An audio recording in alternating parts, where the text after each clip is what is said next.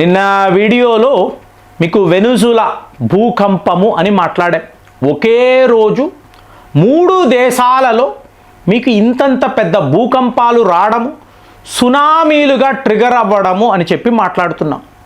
మీకు 2026 ఎల్ నీనో అంటున్నామండి. మీకు ఇది సూపర్ ఎల్ నీనోగా మారిపోయింది.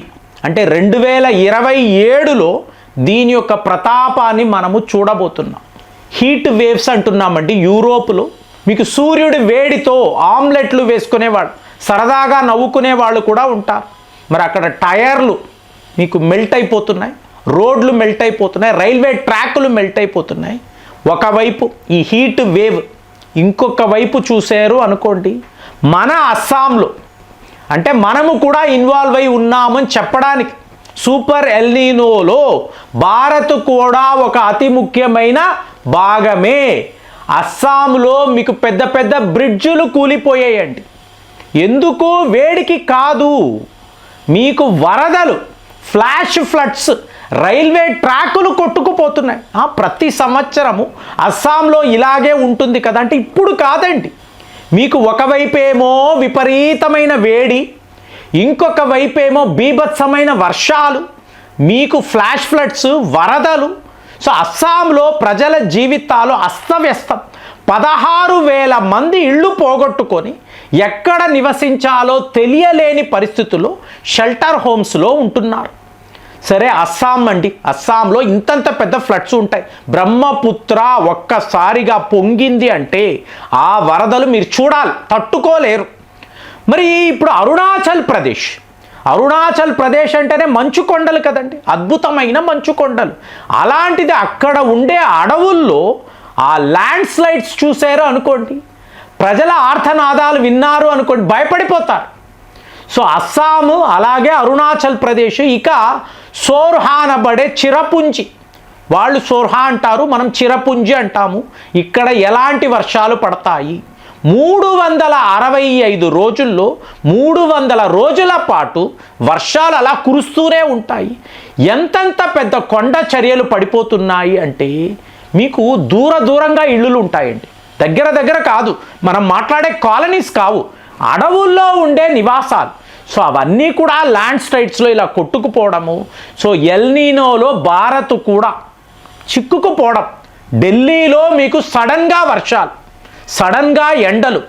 మొన్న ముంబైలో చూసాము. మీకు కృష్ణానది యొక్క ప్రవాహము చూస్తే అర్థమవుతుంది మహారాష్ట్రలో ఎలాంటి వర్షాలు కురుస్తున్నాయి. సరేనండి, మీకు ఎల్ నీనో అన్నారు, భారత్ అన్నారు. ఇంకొక వైపు మీరు చూశారు అనుకోండి, 40,000 కిలోమీటర్ల గురించి మాట్లాడుతున్న రింగ్ ఆఫ్ ఫైర్. మీకు భారీ భూకంపాలు, సునామీలు వచ్చే హెచ్చరిక శాస్త్రవేత్తలు ఈ సంవత్సరం బిగినింగ్లో ఉన్నాం ఫ్రెండ్స్. ఎల్ నీనో బిగినింగ్లో ఉన్నాము. అలాగే అటువైపు వెళ్ళారు అనుకోండి, కాలిఫోర్నియా గురించి కూడా మాట్లాడాము. మరి మెక్సికోలో పరిస్థితి 24 గంటల సేపు కూడా భారీ వర్షాలండి, భారీ వర్షాలు. అంటే 1 గంట కూడా గ్యాప్ ఇవ్వకుండా, నేను చెప్పేది మీకు అర్థమవుతుంది అనుకున్నాను. ఒకవైపేమో హీట్ వేవ్స్ అంటున్నాం, విపరీతమైన వేడి తట్టుకోలేకపోతున్నారు. మీకు 1,500 మంది వయోవృద్ధులు మరణించారు అన్నప్పుడు ఇదే మామూలు విషయం కాదు, ఇది వేడి. ఇంకొక వైపు చూశారు అనుకోండి, బీభత్సమైన వర్షాలు. మెక్సికోలో ప్యూబుల్లా అనబడే ఈ ప్రాంతంలో 24 అవర్స్ కూడా హెవీ రైన్స్.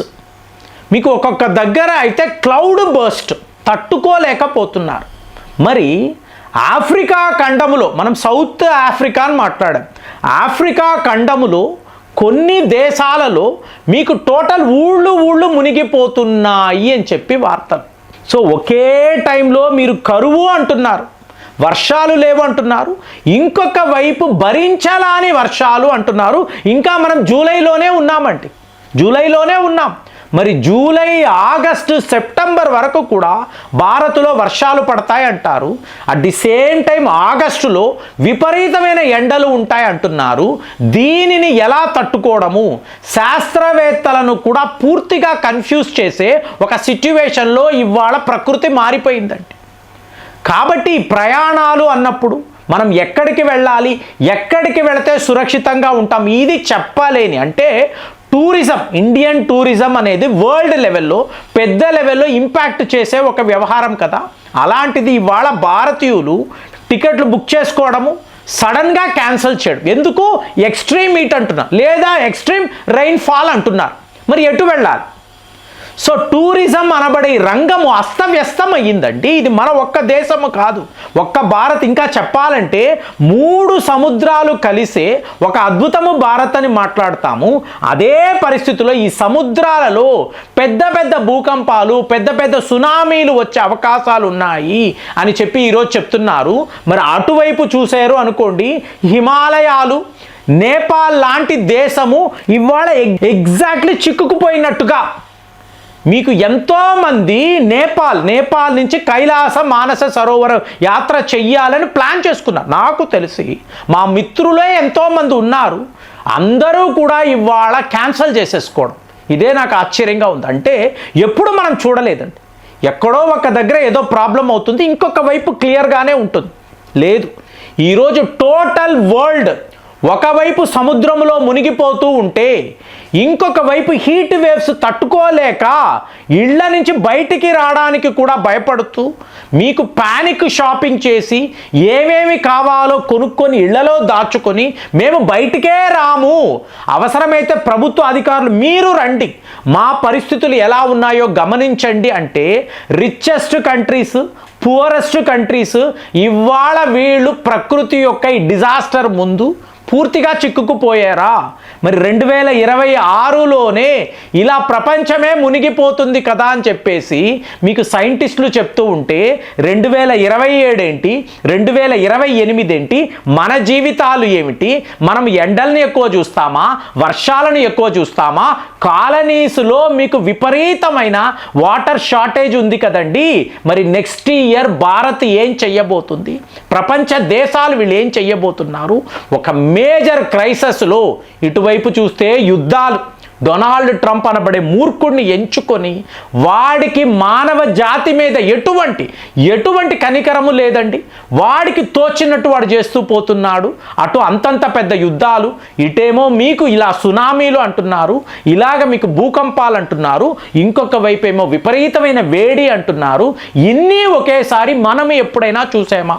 మీరు ఎప్పుడైనా చూసారా? ఉంటే మనం ఎల్ నీనో అంటాం, విపరీతమైన వేడండి అంటాం, లేదా పెద్ద పెద్ద వర్షాలు అంటాం. కానీ యుద్ధాలతో ముడిపడి ఉండే ఒక సిచ్యువేషన్.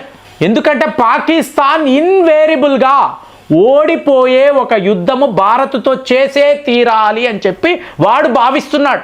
ఇండస్ వాటర్ ట్రీటీ అని మాట్లాడుతున్నాం. భారత్ ఒక చుక్క నీరు కూడా పాకిస్తాన్లోకి వెళ్ళకూడదని మనం కంకణము కట్టుకొని ఉన్నాము. మరి ఎన్ని రకాల చూడండి.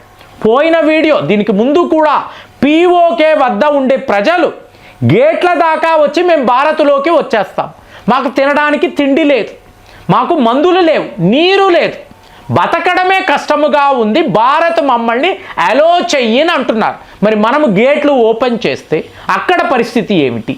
సో చూడండి, ఒక్కసారి ఆలోచించారనుకోండి, అన్ని వైపులా ఫ్రమ్ ఎవ్రీ కార్నర్ వరల్డ్లో ఒక క్రైసిస్ను వీళ్ళు క్రియేట్ చేశారండి.